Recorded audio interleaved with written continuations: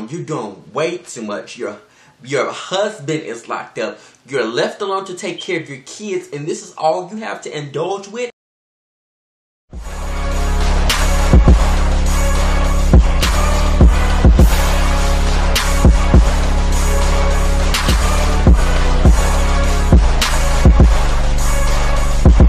What's going on, YouTube? This is your boy J.DAREL, and we are back with another video, giving you laughter, realness, and reality. On my saints, what's going on, my supporters? I hope that you are having an amazing day, or whenever you decided to catch this video. I hope everything is going well for you.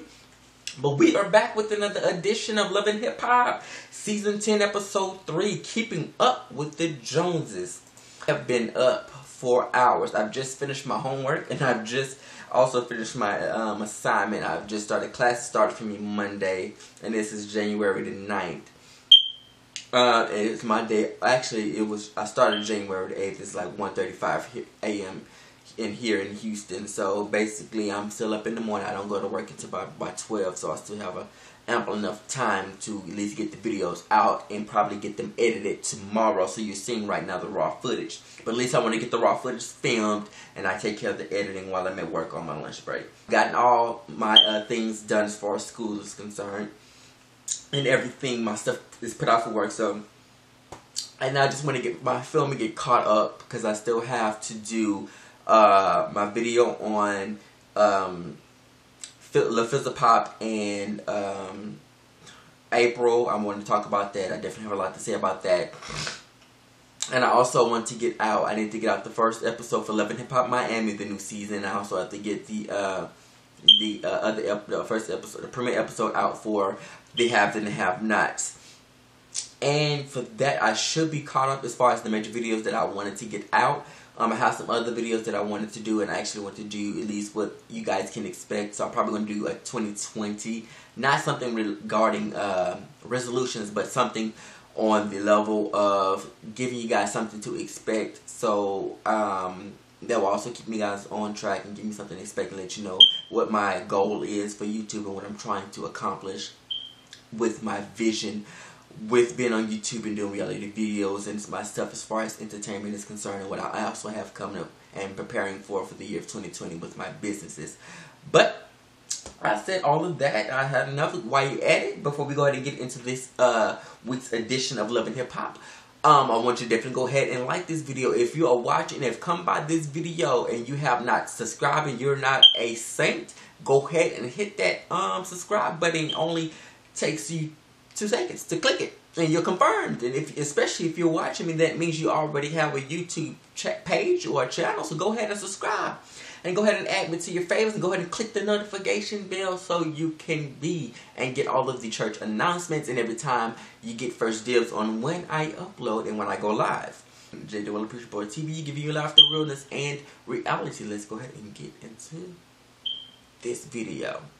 We kick off this episode with Greg flying Chrissy on out to where she needs to go and speak into her investors. They're basically in the car as of right now, talking about what is needed to be done about this foreclosure situation, because not only is my money at stake, you got investors' money at stake, and these women do not want to invest their money into you and your company, and you got issues that you're intertwined with, and you cannot handle your financial situation. So what do I need to be investing my money into you for if you cannot take care of what's at your house? So even though this is not yours, even though I know that you were blindsided about this situation, because you are a public figure and people are investing into your company, and while we're doing houses and you're in foreclosure, you need to get this stuff straight. And we need to get it straight immediately, because like I said in the last episode, you told her that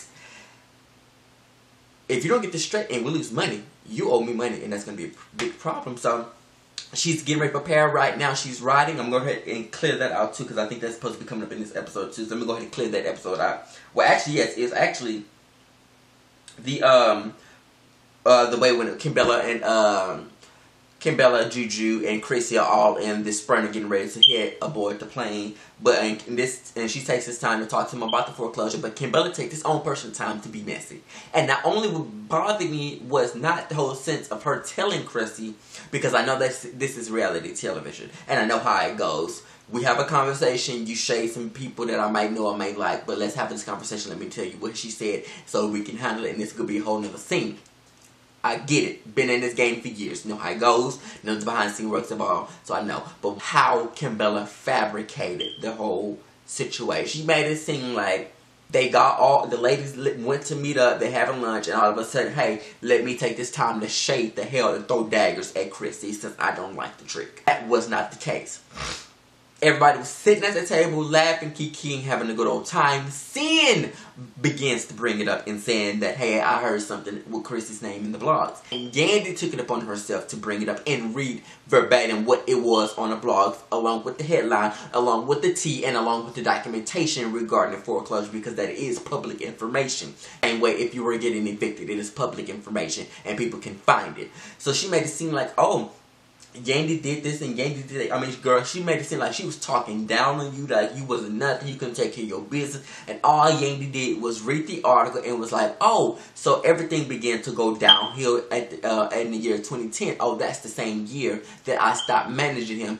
Yes, Yandy took that time to shade her, but at the end, it said reference that, yeah, but at the, you doing all of this mess, you talking all of this, but I helped keep Jim in line financially and business-wise, because you wanted to do what you wanted to do. You felt like I was a threat of some sort, or you felt like I crossed the line and I no longer wanted to be the help. This is the end result of you doing what you're doing and me leaving, and the people around him, I had to get new people, and these people are not taking care of their business. And he's paying them to do this, and the accountant's not taking care of the business. So this is the result. So yeah, I'm going to take this time to say, oh yeah, now you're seeing the repercussions of what happens when you try to play me. Because I genuinely felt that we were brothers. I felt that we were family, and it was in my best interest to do what it was to keep Jim in line, and she knows that, but she does not want to honor that. And at the end of the day, I'm going to always rock with Yandy on that sense, because I felt this way for 10 years. When I first started watching, before I even started reviewing the show, I seen Chrissy for what and who she was. I've seen Yandy. Yandy got her little flaws and got her little side things like she like to do, of saying stuff and not owning it in some sense. But at the end of the day, that girl worked her butt off, and you seen the residual of where Jim was when he first started into where Jim is now. Jim ain't. We're not gonna get into that situation, but that crazy. And the crazy thing about this is they knew that when she did what she did, that she's gonna take that story back to take it back to Chrissy and put her own juice on it, as if it was done this and it was done that, and it wasn't even that. That was just a character conversation, and that was a tea time that everybody did. And girl, that's why I never rocked with Kimbella, and that's why she deserved what she got. And the fact that she's on that van, on that sprinter, going somewhere with somebody who never seen it for you, who still don't see it for you, but the only reason why she's talking to you is because she aka needs a storyline and needs someone to film with. And she's filming with Juju, and she acting like as if Juju first of all is not there, and as if her and Juju never talked a day in their life, and they was all in the same group dating. All the men was in the same group, and it's like, and here come my point again. Juju is yet again in a scene, and she's just there. She's not saying nothing. She's not engaging in a conversation. And it's really like they really don't have anything in common. If you look at it, because if you look at their ambience, it's like all of them was supposed to be wives. It was supposed to be girlfriends that never got a ring, never got married, or was used as an agenda. And you can tell they give off groupie status to me. I've seen people. I've seen side chicks who all was dating a mutual friend in a group of entourage, have way more chemistry than these ladies, and these ladies been with these men for years and act like being on the sprinter with a camera. Just that whole vibe, it felt forced. It felt like, yeah, that's what it was. Jonathan meets up with Jeniski at her photo shoot and comes rich as well. So they're discussing and giving the background story of how Jonathan even ran across Jenski, and basically he was at an event and seen her rap. I guess it was some type of showcase, and reached out to her then via DM as he liked her style. And it's like, you know what, I do everything in my power to kind of see you make it and kind of give you pointers and help you in the industry. And there he is. He was at a photo shoot giving her basically give her basic instructions on how to give a good photo shoot. Give us hair, give us makeup, give us face, give us body, you know, give us something when you basically give her great pointers, which was great. So here comes Rich. And every time there's a new artist on scene, every time there's someone who's trying to come up, it seems like Richie Dollars smells potential money, but tends to use it as if he wants to smash and get what he wants out the deal, and for them to never make it, never be, and be so intertwined into him where they never make it, never focus, and then they be like your Diamonds, they be like your Erica Menas, and they be like your Johnny Blaze, who so focused on the mess and end up being so intertwined into the drama that they never showcase what they need to showcase, and they still never make it. And I just hope that if this is not going to be another artist that does that and leave hip-hop or still on hip-hop 10, 4 or 5 years later, or 15, 20 years later, and still in the studio giving us song after song and not seeing no EPs, not seeing any albums, and not even making the charts or anything of that nature. So I hope that this is not the case, but she talks to Rich, and Rich is giving her pointers and everything on it as well. And she's telling him what she can do, what she can't do, how she came from dancing behind artists, and also discovered that, hey, she wants to be an artist, and she makes better music and flows better than the artist that she was dancing with. So she wants to get a chance in the rap game and do what it is to do. And she's doing a good job, as I see so far. And she basically letting Rich know, hey, I'm about this business and I'm ready to soar. And as she's talking, as Air Freshener is talking to her, he's giving me the vibes as all he wants to do is meet up with her, smash her, and really don't even care about her career. He's giving her this BS talk about what she needs to do to her body and what he wants her to do to her body as far as her breast concerned, as far as booty concerned, and just giving her basically trying to drive her into doing that because of what she's up against, and today's artist and the artist that's already got the Grammys, the things of that nature, who's already pretty much on their status, has a certain type of aura that they give, a certain type of look that they give. They drive this way, they live this way, they look this way, they smell this way, they wear this type of hair and things of that nature. And she's like, she's not with it. She's like, I'm not trying to be like that. I don't want to be like that. I don't want to change my appearance. All I want to do is get to this money, be authentic, and soar. And I feel her, and I feel as if you shouldn't even be in a predicament to try to update nobody's status, update anybody's look, because you look like you came out of a house that stood on bricks in a ward or Martin Luther King Boulevard somewhere in the trenches, in the ditch somewhere. And you don't, the vibe that you give, Air Freshener, and the look that you give, even down to the bars you give, is not even up to par. So if you trying to give somebody pointers, trying to manage somebody, and trying to get somebody a certain status so they can get somewhere, first of all, nobody's rocking braids. Nobody rocking cornrows. Nobody is rocking fishbone or two braids. You look like the hair that your baby mama has when she takes off her wig or her lace front. That's what you're giving me. And for you to sit there and tell that girl that her appearance is not what it is, and you want her to be the next Cardi B, and she's already giving me that Cardi B vibes in her confessional. So for you to even feed into that, instead of encouraging her to be herself, encourage her to be authentic, it just, I just don't. I won't, and I never will. The fact that you need Love and Hip Hop to even do something because we did not know who you were, Air Freshener, you shouldn't try to get nobody no pointers on nothing, because we still ain't heard. I still don't know nothing from you. Don't know no EP, don't know no album, don't even know if you even on SoundCloud. So we can stop it right there with the pointers. We can stop it. We can definitely stop it right there before we keep going. And I hope this is not the vibe that you're going to be giving me this whole season, or we're going to have definitely a problem. At this sense, Yandy FaceTimes Jim. I'm just over him FaceTiming her, and she's FaceTiming him, because every time he even approaches her, she discusses this foreclosure situation. He gives her this nonchalant look and makes her look like a stupid nut. And it basically, it just clarifies that he's never seen it for her. He never had any intentions on proposing to her. He never intended on marrying her. He never intended on being in a relationship with her. He just downs her. And I feels like at this point in age, here we are 10 years later, a whole other 15 years later, and them time spending together, and it's like you still ain't caught the picture. You still have not picked up on the signs.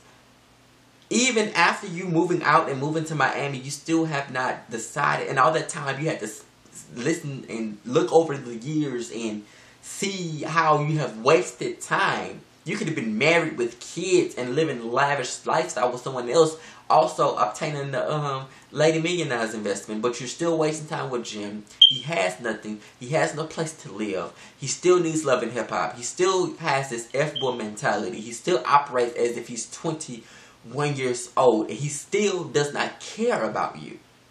He's still getting himself in trouble, and the feds, and he's still depending on you, and you still coming to be count the saver whore. I don't understand your mentality. You talked all of this mess of trying to encourage Emily with Fab, and you're in the same predicament. You're in the same facet. You're in the same function as you were 10 years ago. Where's the growth? Where is it, Chris? But you have time. You have energy to waste on Yandy and all the situation. Talking about you can still slap, you can still get the busy. Where is the growth? Is where I'm trying to get at. You still operate as you are 10 years ago, just fatter and still aggressive and still look like a pig and acting like a child out here. And we a whole grown woman out in these New York streets. Chrissy, please get it together and find yourself and find your self-esteem and find the power in yourself to move on. Please, because I'm tired of seeing it.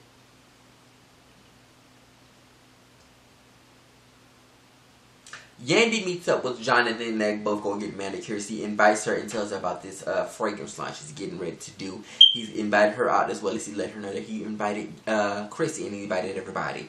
Yandy, although still in a great spot, she still doesn't see it for Chrissy and still don't want to see her. But hey, it's her brother situation, so she's going to come and, enjoy the festivities. And they also talk about the situation of Kimbella, them knowing that Kimbella is definitely going to go run this situation back to Chrissy and put her own fabrication on it. And they're just discussing how flawed it is and how flawed her mentality is of saying that, hey, we're not friends and doing this, but you want to go and be a friend of a person who displayed your coochie to millions of people and who actually ran across your face and beat you the hell up.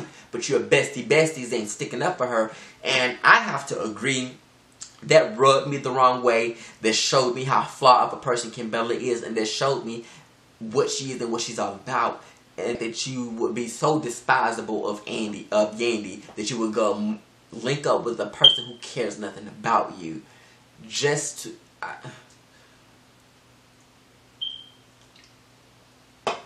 I just, y'all, I don't know. I just don't get it. But again, this is reality TV and this is Love and Hip Hop and this is a Monami production. So it's the night of the launch and the fragrance launch, and everybody's there. Everybody's looking good, smelling good, and he has a very classy and very great setup and a great venue for everybody. Everybody's there. And I also seen the bottles and seen the different colors of the fragrance he has. And it looks as if it smells good. I haven't tried it, bought it, or even pretty much seen a lot of promotion for it. But I'm probably going to look it up just for the hell of it and see. But at the end, Yandy and Juju's talking, all that, and they're meeting up and talking about the situation. So in walks Kimbella, and they immediately confront her about the situation, and to the point where they're yelling back and forth, and in comes the lady of the hour, Chrissy. And she's like, what are all the yelling about? What is going on? So they begin to explain to her what happened and clearing up the situation, because they pretty much know that Kimbella went back and fabricated and made it seem like something it wasn't. And as you see, and she's telling Chrissy the situation as if it was Yandy, and she's like, no, sweetie, it was not me, it was Sin. And Sin was like, no, sweetie, I'm the one who brought it up. And Yandy, all she did was read the article. And even Sandy got in her confession, it was like, Yandy did not do anything but read the article. I'm the one who brought it to the table, and she did not say anything disrespectful or out of order in regards to Chrissy. And that still lets me know, because I know the only thing that Yandy said that was out of order, but it was shade. And this is what it's all about, is the fact that it happened around 2010. But the way Kimbella brought it to her as if Yandy was out just wanting to spread lies, wanting to shade her, wanting to do this and that, and to be honest, Yandy really don't care about Chrissy. If Chrissy wasn't even on this season, Chrissy's name wouldn't be even being brought up. But since we're here and we're discussing it, and it's a part of the season, then we're going to discuss it. We're going to read the blogs and we're going to comment on it. And it's just like, Kimbella, go sit your raggedy, low budget, cheap fashion over wearing behind down, because you're doing all this, and this girl, I'm just like, I just wanted to bat her in her big greasy forehead, because it's like, girl, go sit down. You're doing way too much to not have a storyline, sweetie. You're doing way too much. Your husband is locked up. You're left alone to take care of your kids, and this is all you have to indulge with. Where's your kids? Where's your house? Go lay down on your bed. Go cry with your kids. Go kiss them on the forehead. You out here hanging with the heifer who done bopped you, done spread your coochie, who done yanked you, and gave you a black eye. The person you rolling around town and taking flights with. I just don't get it. But before my blood pressure go high, this has been your edition of Love and Hip Hop, Season 10, Episode 3, Keeping Up with the Joneses. Y'all pray for me, because I got another episode. I still got to do Episode 4 and Episode 1, and I'll be done and caught up for the whole Season 10 so far with Love and Hip Hop. And then I got some other stuff to do. But this really, I had to cut it because that Kimbella, she was running my blood pressure up, and I did not want to put and invest another 20 minutes into this video and bring it too long for you guys, because I'm already late with it. This has been your edition of Love and Hip Hop and Recapping with Jay. Make sure you thumbs this video up. Make sure you like this video and subscribe if you haven't already subscribed. Come on and become a saint. Come into the sanctuary. Come on in the room. Notification bell, and make sure it's personal, so you'll be the first one to get privy to when I post, when I go live, and when I upload. So we definitely want to get into that. We have a lot.